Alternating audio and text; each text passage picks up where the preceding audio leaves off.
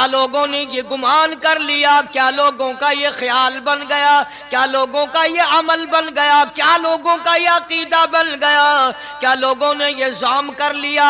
کیا لوگ یہ بنا بیٹھے، تکیہ لگا بیٹھے، ٹھیکہ کر بیٹھے، اتنا کہنے پر چھوٹ جائیں گے، اتنا کہنے سے جنت میں چلے جائیں گے، اتنا کہنے سے جہنم سے بچ جائیں گے، پلسرات کے عذاب سے بچ جائیں گے؟ آمنا، میں مانتا ہوں۔ دوستو آپ کا خیر مقدم ہے ہمارے چینل ہمیشہ ملتانی بیان پر۔ دوستو آج کے قاری حنی ملتانی صاحب کے بیان کا ٹاپک ہے ہماری سوچ اور گمان۔ اس بیان کو توجہ سے سماعت فرمائیں، بہت زیادہ فائدہ ہوگا۔ چلیے دوستو مل کر سنتے ہیں۔ 20ویں سپارے سورۃ عنکبوت کی ابتدائی آیات ہیں۔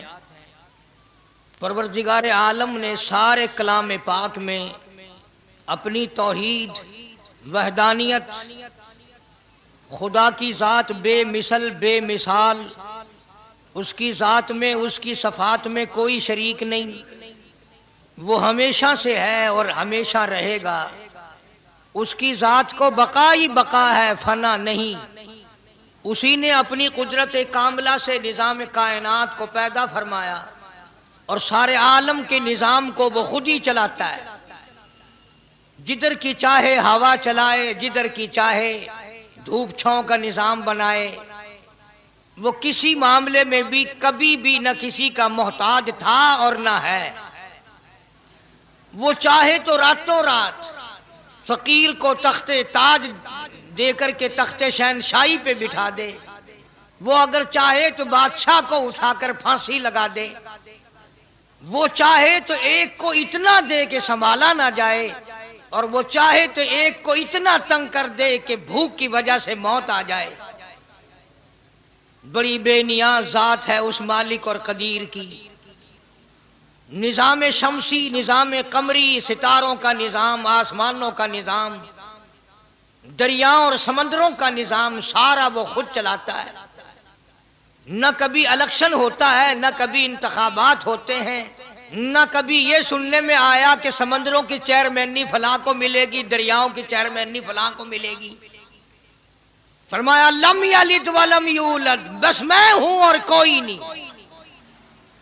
اسی لیے محبوب کائنات حضرت محمد الرسول اللہ صلی اللہ تعالی علیہ وسلم کو اللہ تبارک و تعالی نے ختم نبوت کا تاج پہنا کر کے بھیجا کہ میرے محبوب دنیا میں جاؤ، لوگ میری ذات کو بھول گئے، کھلانے والے کو بھول گئے، پلانے والے کو بھول گئے، اور اس سے بڑھ کر کے کیا بدجانتی ہوگی، پیدا کرنے والے کو بھول گئے۔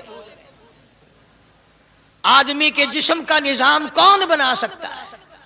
اب یہ آنکھ ہے، بظاہر آنکھ ہے، لیکن بجلی کی وائرنگ کی طرح آنکھ سے لے کر پاؤں کے تلی تک ایک نظام چل رہا ہے۔ کان کا نظام ہے، ناک کا نظام ہے، ہاتھ کا نظام ہے، پیر کا نظام ہے، دل اور دماغ کا نظام ہے۔ یہ ساری کی ساری چیزیں وہ نہیں بنا سکتا تو اور کون بنانے والا ہے؟ اسی لیے فرمایا کالی کملی والے دنیا میں جاؤ، میرا نام بلند کرو، میری توحید کا جھنڈا بلند کرو، لوگوں کو بتاؤ کہ خالق کو نہ بھولو، مالک کو نہ بھولو، پروردگار کو نہ بھولو، اس رب کو نہ بھولو جس نے یہ سارا جہان بنایا۔ چنانچہ محبوب کائنات حضرت محمد کریم صلی اللہ علیہ وسلم نے جب یہ اعلان فرمایا کہ لوگوں اس کے سوا کوئی نہیں، پھر مکہ بدلا، برادری بدلی، قوم بدلی، اپنے بدلے، غیر بدلے، سب دشمن ہو گئے۔ ایک میری بات سمجھ لیں، آج جس طرح کا کلمہ آج ہم پڑھتے ہیں، اگر یہی کلمہ پڑھنا ہوتا تو ابو جہل کافر نہ مرتا، عتبہ کافر نہ مرتا، شیبہ کافر نہ مرتا، ولید ابن مغیرہ کافر نہ مرتا، امیہ ابن خلف کافر نہ مرتا، کہ لا الہ الا اللہ محمد الرسول اللہ بھی پڑھتے رہتے اور بتوں کی پوجا بھی کرتے رہتے، ان کو حاجت روا بھی مانتے رہتے، زنا بھی کرتے رہتے، شراب بھی پیتے رہتے، سب کچھ کرتے، کلمہ پڑھتے رہتے۔ ان کو صرف یہ بات سمجھ نہ آئی، بلکہ ان کی سمجھ یہ تھی کہ جس نے لا الہ الا اللہ منہ سے کہہ لیا، اس کو پھر ساری زندگی کا نظام اللہ کے حکموں کے تابع بنانا پڑے گا۔ جس نے لا الہ الا اللہ پڑھا پھر وہ اپنی مرضی سے کھا نہیں سکتا، جو چاہے کھائے، اس کو اختیار نہیں۔ جس نے یہ اقرار کر لیا کہ اللہ کے سوا کوئی معبود نہیں، وہ میرا رب ہے، وہ میرا پروردگار ہے، اب اس کو اختیار نہیں کہ وہ جو چاہے کھائے، بکری کھائے گا، گائے کا گوشت کھائے گا، بھینس کا گوشت کھائے گا، مرغی کا کھائے گا، کتا نہیں کھائے گا، سور نہیں کھائے گا، اسے خود اختیار نہیں ہے، جو چاہے کھائے۔ اسی طرح جس نے کلمہ پڑھا وہ پینے میں خود مختار نہیں کہ جو چاہے پیے، پانی پیے گا، سوڈا پیے گا، لسی پیے گا، شربت پیے گا، چائے پیے گا، شراب نہیں پیے گا، پیشاب نہیں پیے گا، حرام نہیں پیے گا، اختیار ختم۔ جب کھانے میں ہم مختار نہیں، اپنا اختیار نہیں رکھتے، پینے میں ہمیں اپنا اختیار نہیں، پہننے میں ہمیں اپنا اختیار نہیں، چلنے پھرنے میں ہمیں اپنا اختیار نہیں، اللہ کے حکموں کی تابع داری کرنی پڑے گی۔ آج یہی بات قرآن کریم نے تمہارے سامنے رکھی ہے۔ اور بھولے ہوئے مسلمانوں، خدا کا ہم پر کتنا بڑا کرم ہے کہ سفید داڑھی ہو جاتی ہے، قبر کے قریب ہو جاتے ہیں، اللہ پاک بار بار قرآن پھر سامنے لاتا ہے، اور مان جا، اب بھی مان جا، اب بھی مان جا۔ فرمایا الف لام میم احسب الناس، کیا لوگوں نے یہ گمان کر لیا، کیا لوگوں کا یہ خیال بن گیا، کیا لوگوں کا یہ عمل بن گیا، کیا لوگوں کا یہ عقیدہ بن گیا، کیا لوگوں نے یہ ظام کر لیا، کیا لوگ یہ بنا بیٹھے، تکیہ لگا بیٹھے، ٹھیکہ کر بیٹھے، احسب الناس، کیا لوگوں نے یہ گمان کر لیا، کیا ان یترکوا ان یقولوا آمنا، اتنا کہنے پر چھوٹ جائیں گے، اتنا کہنے سے جنت میں چلے جائیں گے، اتنا کہنے سے جہنم سے بچ جائیں گے، پلسرات کے عذاب سے بچ جائیں گے، آمنا میں مانتا ہوں۔ صرف اتنا کہنے پر چھوٹ نہیں، قرآن کا مقصد یہ ہے ان یترکوا ان یقولوا آمنا، صرف اور صرف اتنا کہنے پر چھوٹ نہیں ہو جائے گی کہ صاحب میں نے قرآن مان لیا، میں نے خدا مان لیا، میں نے مصطفیٰ کریم صلی اللہ علیہ وسلم کو مان لیا، میں نے خدائی نظام کو مان لیا، اور مان تو لیا، اس پہ عمل تو کر۔ فرمایا وَهُمْ لَا يُفْتَنُونَ، اللہ فرماتے ہیں میں آزما کر دیکھوں گا۔ اگر ماسٹر کو امتحان لینے کا اختیار ہے کہ بچہ فیل ہے یا پاس، ڈاکٹروں کو امتحان لینے کا اختیار ہے، پروفیسروں کو امتحان لینے کا اختیار ہے، تو فرمایا وَلَقَدْ فَتَنَّا الَّذِينَ مِن قَبْلِهِمْ فَلَيَعْلَمَنَّ اللَّهُ الَّذِينَ صَدَقُوا وَلَيَعْلَمَنَّ الْكَاذِبِينَ۔ میں خدا بھی امتحان لوں گا، میں بھی آزماؤں گا، میں بھی جانچ کروں گا، میں بھی پڑتال کروں گا۔ آمنا کون سا زبان سے کہتا ہے، کون سا دل سے کہتا ہے، آمنا میں نے مان لیا، کس کی زبان کی نوک پہ کلمہ رکھا ہوا ہے اور کس کے خون کے قطرے قطرے میں بس گیا۔ میں یہ آزما کر دیکھوں گا، میں یہ پتہ کروں گا کہ آمنا کہنے والے لوگوں کا حال کیا ہے۔ کہیں ایسا تو نہیں کہ ادھر کلمہ بھی چل رہا ہے، ادھر قبروں کو بھی چاٹا جا رہا ہے، ادھر کلمہ بھی چل رہا ہے، ادھر قبر پرستی بھی ہو رہی ہے، بت پرستی بھی ہو رہی ہے۔ ارے ہندو اگر بت کی پوجا کرے تو کافر ہے، اور مسلمان 100 قبروں کی مٹی چاٹے اب بھی مسلمان ہے۔ جناب صحابہ کرام رضوان اللہ تعالی علیہم اجمعین کی جانثار جماعت، وفادار جماعت، نبی کے اشاروں پہ جان دینے والی جماعت، نبی کے سچے عاشق صحابہ کرام کی جماعت آئی، عرض کیا یا رسول اللہ صلی اللہ علیہ وسلم، ہم قیصر و کسریٰ کے دربار میں جاتے ہیں، بڑے بڑے بادشاہوں کے دربار میں جاتے ہیں، ہم دیکھتے ہیں ان کے لوگ کارندے اپنے بادشاہوں کو سجدہ کرتے ہیں، آپ امام الانبیاء، آپ رسولوں کے رسول، آپ نبیوں کے نبی، ساری کائنات کے سردار، اجازت دو ہم بھی آپ کو سجدہ کیا کریں، اجازت دیں آپ، ہم بھی آپ کو سجدہ کرنا چاہتے، ہمارا دل چاہتا ہے، آپ تو بادشاہوں کے بادشاہ ہیں۔ فرمایا لعن اللہ الیہود والنصارى. اندازہ لگاؤ سوال کیا کیا تھا اور اللہ کے پاک پیغمبر صلی اللہ علیہ وسلم نے جواب کیا دیا ہے. یہی فرما دیتے کہ نہیں بھائی، بلکہ مثال دی پچھلی، لعن اللہ الیہود والنصارى. اللہ تعالیٰ نے لعنتی بنا دیا یہود و نصارہ کو. کیوں؟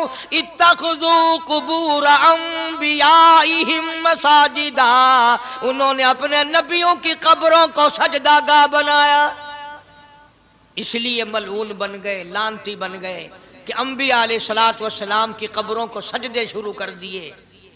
چلو یہاں پہ بات ختم ہو جانی چاہیے تھی. اتخذوا قبور انبیائہم مساجدا. مالک کائنات کی حضور میں رحمت صلی اللہ تعالی علیہ وسلم نے جھولی پھیلا دی.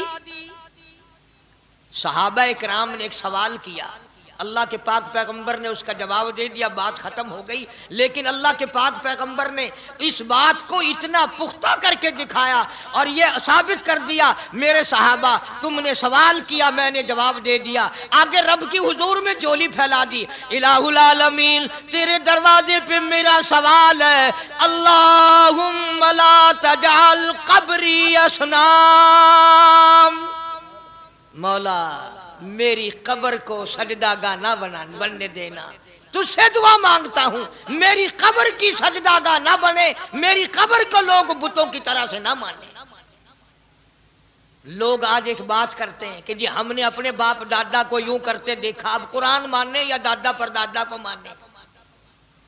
محبوب کائنات حضرت محمد کریم صلی اللہ تعالی علیہ وسلم نے جب قوم کے سامنے اللہ کا قرآن رکھا، یہی جواب انہوں نے دیا، وَإِذَا قِيلَ لَهُمْ تَعَالَوْا إِلَى مَا أَنزَلَ اللَّهُ وَإِلَى الرَّسُولِ. مکے والے کہتے تھے او اللہ کے نبی، خدا کی بات مانے، قرآن مانے، رسول کو مانے، ما حسبنا ما وجدنا علیہ آباءنا، یا اس رستے کو ماننے جس پر ہم نے اپنے بڑکوں کو دیکھا، اپنے باپ دادا کو دیکھا، اس رستے پہ چلیں یا قرآن کے رستے پہ چلیں. ظاہر بات ہے ساری برادریاں غلط، ساری رسومات غلط، ساری لغویات غلط، ساری خرافات غلط، سارا جہان کوڑا، کالی کملی والا سچا، سارا جہان جھوٹا، خدا کا قرآن سچا، خدا کی ذات سچی، خدا کا فرمان سچا. پتہ نہیں کتنے لوگ رسمیں بنا بنا کر کے تباہ ہو کر دنیا سے رخصت ہو گئے. میں یہ کہتا ہوں بچہ پیدا ہوا، اللہ پاک نے کسی کو اولاد دی، بڑی نعمت ہے. اب بیٹا باپ کا ہے یا ماں کا ہے؟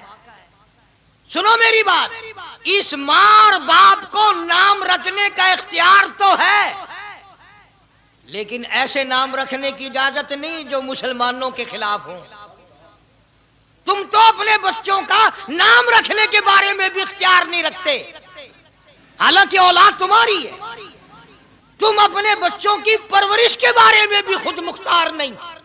اللہ کے پاک پیغمبر صلی اللہ علیہ وسلم نے حکم دیا، جب بچہ پیدا ہو سجے کان میں اذان کہو اور کھبے کان میں تکبیر کہو. یہ ثابت کر دو اذان تیری ہو گئی، تکبیر تیری ہو گئی، اب تیری زندگی 50 برس کی ہو، 100 سال کی ہو، بس اتنا وقفہ رہ گیا کہ تکبیر ہو چکی اور اللہ اکبر نیت بندنے کی دیر ہے. ظاہر بات ہے لوگ آج کل لکھے پڑے اعتراض کرتے ہیں کہ ہماری سمجھ میں بات نہیں آتی، دین نہیں سمجھ میں آتا، قرآن سمجھ میں نہیں آتا. اب بتاؤ یہ بچے کے کان میں جو 3 دن کا بچہ ہے اس کے کان میں جو اذان آ رہی ہے اس کا کوئی بظاہر فائدہ ہے؟ جب 80 برس کا بوڑھا اذان سن کر مسجد میں نہیں آتا تو یہ بچہ بیچارہ اذان سن کے کیا کرے گا؟ جب لوگ اذان سن کر کنجری کا گانا بند نہیں کرتے، اذان سن کر بدماش اور بدکار عورتوں کے گانے اور فوش بند نہیں کرتے، دکان نہیں چھوڑتے، گھر سے اٹھ کر اللہ کے دربار میں بلائے ہوئے نہیں آتے، تو اب بتاؤ اس بچے کے کان میں اذان دینے کا کیا فائدہ؟ ظاہر ہے کہ یہ بات کہنی پڑے گی کہ حکم ہے محمد عربی صلی اللہ علیہ وسلم کا. اسے پورا کرنا پڑے گا، بظاہر فائدہ نظر آئے یا نہ آئے۔ ہم ظاہری فائدے کے پابند نہیں، ظاہری فائدوں کے مفاد کے ہم پابندی نہیں۔ اس لیے میں نے عرض کیا کہ ہم لوگ کسی بارے میں بھی اختیار نہیں رکھتے، سارا دن پانی پیو روٹی کھاؤ، لیکن جب روزہ رکھ لو گے تو اب روٹی کھانے گناہ، پانی پینا گناہ۔ یہی بات میں ثابت کرنا چاہتا ہوں کہ ہم لوگ اختیار میں نہیں ہیں، آزاد نہیں ہے جتنا ہم نے اپنے آپ کو آزاد سمجھا ہوا ہے۔ اس لیے اللہ پاک جل شانہ فرماتے ہیں تبارک الذی بیدہ الملک، ساری برکتیں اسی کے ہاتھ میں ہیں جس کا ملک میں راج ہے، وَهُوَ عَلَىٰ كُلِّ شَيْءٍ قدیر، ہر چیز پہ اسی کا قبضہ، اسی کی قدرت، اسی کی حکمت، اسی کا علم، اسی کی بے نیازی چلے گی، کسی کی بات نہیں چل سکتی۔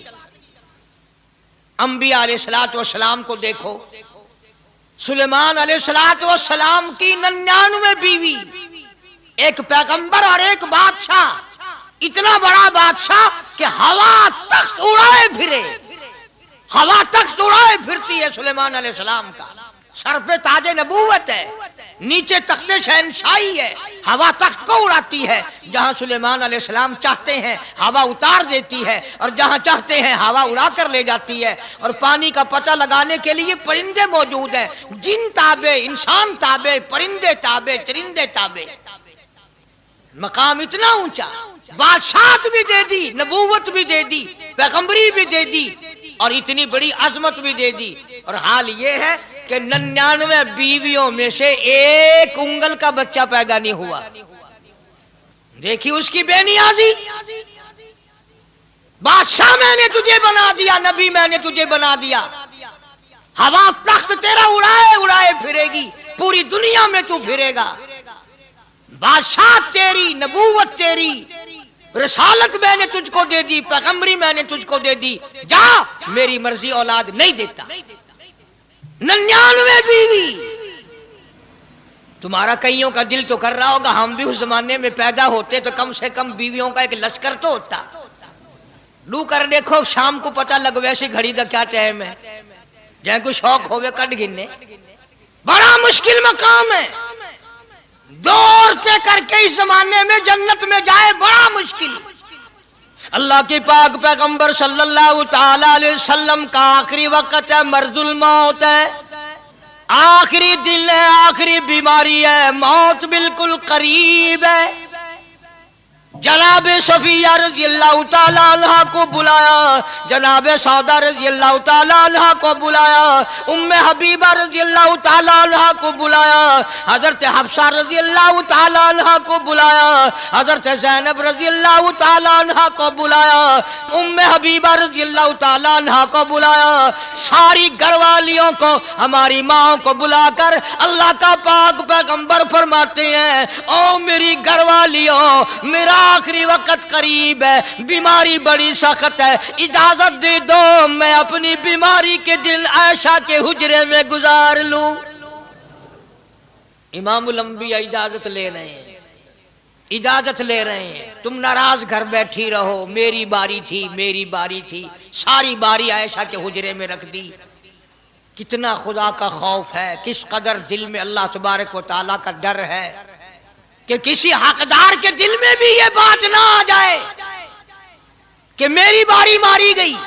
امام الانبیاء محبوب کبریا حضرت محمد مصطفیٰ صلی اللہ تعالی علیہ وسلم نے اجازت لے لی، ساری ہماری ماؤں نے اجازت دے دی، بیماری کے دل ہے، پریشانی کے دل ہے، جہاں آپ کو سہولت ہو ہم بالکل رضامندی سے اجازت دیتے ہیں۔ حجرہ عائشہ میں قیام فرما لیا، نبی نے خدا کا خوف دکھایا، نبی نے خدا کا ڈر دکھایا، نبی نے اپنے دل میں ڈر فرمایا اللہ پاک کو کچھ اور منظور ہے، کالی کملی والے، یہ جو حجرہ عائشہ ہے، یہ جو حجرہ عائشہ ہے جس بستر میں تیری ساتھ عائشہ ہوتی ہے، مجھے اس حجرے سے اتنا پیار ہے، اتنا پیار ہے، اس کے مقابلے کی میرے پاس جنت بھی موجود نہیں۔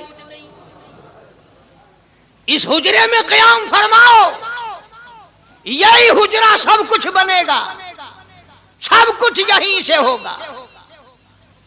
جناب مدنی کریم صلی اللہ تعالی علیہ وسلم نے بالکل آخری وقت، بالکل آخری لمحات فرمایا میری عائشہ مسواک لے آ، مسواک لے آئی۔ فرمایا عائشہ، او میری عائشہ اس کو نرم کر دے، اس کو نرم کر دے۔ اب بتاؤ، مرد کی منشا، مرد کی غرض اگر عورت نہیں سمجھتی تو اور کون سمجھ سکتا ہے؟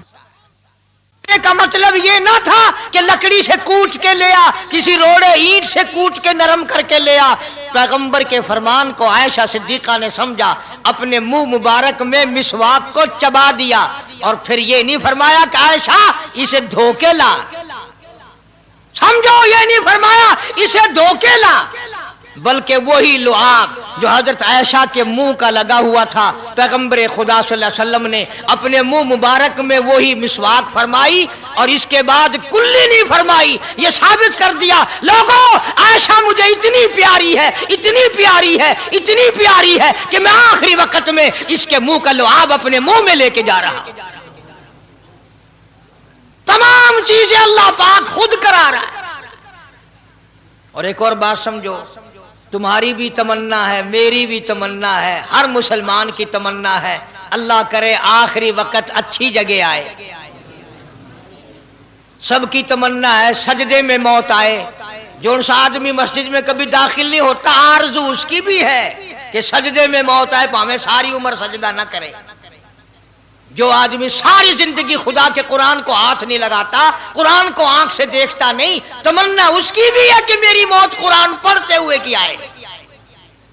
سب کی تمنا ہے کہ میری اچھی جگہ موت آئے، کعبۃ اللہ میں موت آئے، مدینے پاک میں موت آئے، مسجد میں موت آئے، وضو کر کے موت آئے، اللہ کے حضور میں سجدہ ریز ہوں جب موت آئے۔ تم یہ تمنا کر سکتے ہو، تمہاری یہ حسرت ہو سکتی ہے، امام الانبیاء کی کوئی تمنا نہیں۔ کالی کملی والے کی بھی تو تمنا ہوگی، یا اللہ سب سے اچھی جگہ میری موت آئے۔ اللہ تبارک و تعالی جل شانہ نے یہ ثابت کر دیا، میرے محبوب تیرے لیے حجرہ عائشہ سے اچھی جگہ آسمانوں پہ بھی نہیں، جنت میں نہیں۔ یہ جو عائشہ کا حجرہ ہے، جہاں جبریل کے سلام آتے ہیں، جہاں خدا کا قرآن نازل ہوتا ہے، اس سے اچھا کوئی ٹھکانہ نہیں۔ اور ایک اور بات سمجھو، آج کل بھی تجربہ کر لیں، باپ سے دھی کو بڑا پیار ہوتا ہے، اور باپ کو بھی اپنی بیٹی سے بڑا پیار ہوتا ہے۔ یوں ہی اگر منہ بنا دے بیٹی ابا کے سامنے اور اتنا سا لفظ کہہ دے ابا، رونے کی شکل بنا کر، خدا گواہ باپ کا کلیجہ پھٹ جاتا ہے۔ کیا ہوا بیٹی، دیے کیے؟ وہ چپ کر ویندی، 10 مینو ہویا کیے؟ چین نہیں آتا جب تک دھی سے پوچھ نہ لے۔ آخری وقت ہے پیغمبر خدا صلی اللہ علیہ وسلم کا، اور حضرت فاطمہ الزہرا رضی اللہ تعالیٰ عنہ اور عائشہ صدیقہ رضی اللہ تعالیٰ عنہ دونوں موجود ہیں۔ اور لوگوں، آج ہمیں باپ کو دنیا سے جاتا ہوا بیٹی دیکھ کر گوارا نہیں کر سکتی، تو فاطمہ الزہرا جس کا ابا کالی کملی والا ہو کیسے گوارا کرتی؟ خود حضرت علی فرماتے ہیں رضی اللہ تعالیٰ عنہ کہ پیغمبر کی وفات کے بعد 6 مہینے فاطمہ الزہرا زندہ رہی، کسی نے ہنستی ہوئی نہیں دیکھی۔ خود حضرت علی گواہ ہے، فرماتے ہیں 6 مہینے میں کبھی پیٹ بھر کے نہیں کھایا، ہر وقت رویا کرتی تھی۔ کبھی کہتی تھی او لوگو، تم نے کن ہاتھوں سے میرے ابا کی قبر پہ مٹی ڈالی؟ تم نے کن ہاتھوں سے شہنشاہ کائنات صلی اللہ تعالی علیہ وسلم کو قبر مبارک میں رکھ دیا؟ ثابت میں یہ کرنا چاہتا ہوں کہ میرا یہ عقیدہ ہے کہ جناب عائشہ صدیقہ رضی اللہ تعالی عنہا کی گود میں حضور کی وفات ہوئی۔ آپ کی وفات شریف حضرت عائشہ صدیقہ کی گود میں ہوئی۔ تو خداوند کریم نے جس نے ساری کائنات کا آپ کو سردار بنایا، رحمت للعالمین بنایا، ساقی کوثر بنایا، شافی محشر بنایا، تمام مسلمانوں کا پوری کائنات کے لیے رحمت بنا کر کے بھیجا، اللہ پاک نے سب سے اچھی جگہ حضرت عائشہ صدیقہ کی گود پسند آ گئی۔ اس لیے محمد عربی صلی اللہ تعالی علیہ وسلم نے ساری زندگی لا الہ الا اللہ محمد الرسول اللہ لوگوں تک پہنچانے کے لیے مار کھائی۔ آج ہم کلمہ بھی پڑھ رہے ہیں، جھوٹ بھی بول رہے ہیں، کلمہ بھی ہو رہا ہے، رشوت بھی چل رہی ہے، کلمہ بھی پڑھ رہے ہیں، لوگوں کی دھی بیٹیوں کے ساتھ بدکاری بھی ہو رہی ہے، کلمہ بھی چل رہا ہے، شراب بھی پی رہے ہیں، کلمہ بھی پڑھ رہے ہیں، سور بھی کھا رہے ہیں۔ بتاؤ یہ کیا کلمہ ہے؟ کس کام آئے گا کلمہ؟ حضرات صحابہ کرام رضوان اللہ تعالی علیہم اجمعین کا یہ عالم ہے، جس نے کلمہ پڑھا اس نے پوری زندگی ایک سیکنڈ میں بدل دی، ایک سیکنڈ میں بدل دی۔ جس دن شراب کی حرمت قرآن میں آئی، شراب کا حرام ہونا قرآن میں آیا، صحابہ کے گھروں میں بھی تھی، مسلمانوں کے گھروں میں بھی شراب تھی، لیکن جب شراب کی حرمت کا حرام ہونے کا قرآن نے اعلان کیا، میں دعوے سے کہتا ہوں، ذمہ داری سے کہتا ہوں، مدینے میں یہودی بھی تھے، ادھر ادھر عیسائی بھی تھے، جو کسی صحابی نے یہ سوچا ہو چلو ہمارے لیے تو حرام ہے، اس کے 4 پیسے تو بنا لیں، یہودیوں کو بیچ دیں، عیسائیوں کو بیچ دیں، وہ تو پابند نہیں، پیسے تو بنائیں۔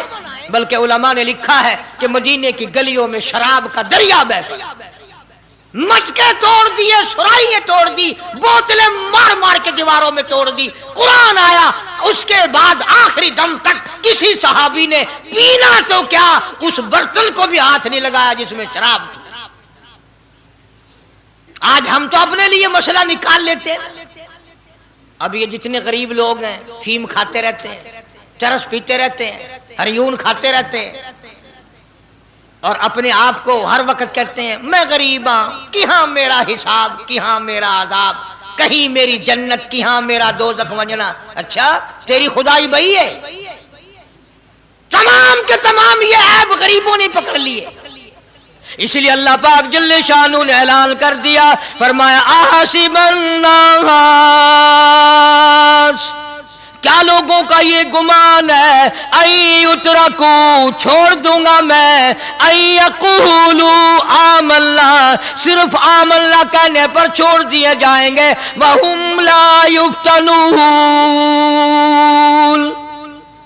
میں آزما کر دیکھوں گا کہ لا الہ الا اللہ محمد الرسول اللہ کے مطابق زندگی ہے کہ نہیں، میرے محبوب کے صورت کے مطابق صورت بنی کہ نہیں، لباس بنا کہ نہیں، کھانا پینا میرے محبوب کی اطاعت کرتے ہوئے غلامی میں کرتا ہے یا خود مختار ہو کر کے کرتا ہے۔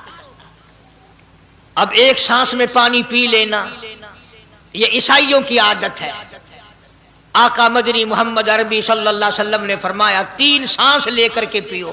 اب پیٹ بھی بھر گیا، پانی بھی پیٹ میں چلا گیا، اور کالی کملی والے کی غلامی بھی ہو گئی۔ فرمایا بسم اللہ کر کے پیو، دوسری غلامی ہو گئی، سجے ہاتھ سے پیو، تیسری غلامی ہو گئی، کھانا کھاؤ بسم اللہ پڑھ کے شروع کرو۔ کئی آدمی اگر ایک برتن میں کھائیں تو اپنے آگے سے کھاؤ، یہ نہیں کہ آلو پرلی طرف دھکیلتے جاؤ، بوٹیاں بوٹے اٹھا کے کھاتے جاؤ۔ تمام چیزیں بتائی ہیں محبوب کائنات صلی اللہ علیہ وسلم نے۔ فرمایا کھانے سے پہلے ہاتھ دھو لو، گیلے گیلے ہاتھوں سے، سننے سننے ہاتھوں سے کھانا کھاؤ، برکت ہوگی۔ یہ تو ہے نبی کی سنت۔ اور یہ بھی فرمایا، حضرت عائشہ رضی اللہ تعالیٰ عنہ فرماتی ہیں، سبحان اللہ، ہماری ماں نے ہمیں کیا کیا بتایا کہ اگر کئی آدمیوں کا کھانا گھر سے جاتا، جب برتن واپس آتے، حضرت عائشہ فرماتی ہے رضی اللہ تعالیٰ عنہ کہ برتنوں کو دیکھ کر میں سمجھ جاتی تھی کہ محبوب کائنات صلی اللہ علیہ وسلم نے اس پیالے میں کھانا کھایا۔ کسی نے پوچھا حضرت عائشہ سے کیسے پتا چل جاتا تھا آپ کو؟ فرماتی ہیں وہ اتنا صاف کیا برتن ہوتا تھا، وہ اتنا چاٹ لیا ہوتا تھا کہ اس کے دھونے کی ضرورت نہیں رہتی تھی۔ اب نبی کی سنت ہے برتن کو صاف کرنا، چاٹنا، اور انگریز کی سنت ہے کہ بوٹیاں ساری کھا جاؤ، آلو کا ایک ڈکرا چھوڑ دو۔ انگریز کی سنت پہ آج مسلمان عمل کرتا ہے، کافر بے ایمان کی بات اپنائی، کالی کملی والے کی سنت کو ٹھکرایا، کھانا کتنا ضائع۔ اب یہ شادیاں ہیں، اگر کوئی فقیر مانگنے آ جائے، چل چل ابھی تو برات بھی نہیں آئی پہلے مانگنے آ گیا، کوئی بھیک مانگنے آ گئی، ون ون جب نکاح تھیا نہیں، جن نے اجن کھادا نہیں، تو پہلے بوکر گندی کھڑی ہے۔ اور ان کے کھانے کے ساتھ ساتھ اتنا برباد ہوتا ہے کھانا، اتنا برباد ہوتا ہے۔ حدیث پاک میں آتا ہے رزق کی بے ادبی کرنے سے رزق میں کمی آتی ہے،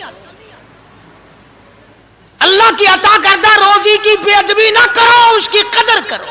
اسی لیے حکم ہے دسترخوان بچھا کر کے کھانا کھاؤ، جو بھورے گرے ہیں پیروں کے نیچے نہ ملو، رزق بد دعا کرے گا، بلکہ ان بھوروں کو اٹھا کر کیڑیوں کے مکوڑوں کے سوراخ پہ ڈال دو، ایک رزق کی حفاظت ہوگی، دوسرے مخلوق کھائے گی، کیڑیاں کھائیں گی، تجھے دعائیں دیں گی۔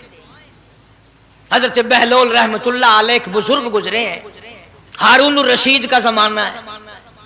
ہارون الرشید کی بیگم زبیدہ بڑی مقدروں والی تھی، بڑی نیک مائی تھی۔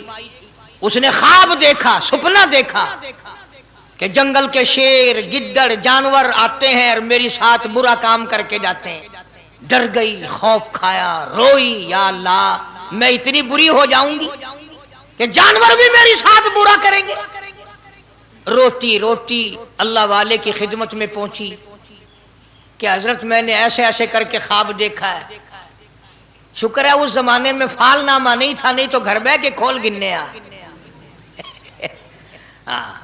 بساں وچ وک دینا کہ جیڑا خواب دیکھو اون ویلے تعبیر معلوم کرو، تقدیر دا پتہ کرنا ہوئے اکھیاں نٹ کے انگل رکھو چا تقدیر دا پتہ لگ ویسے۔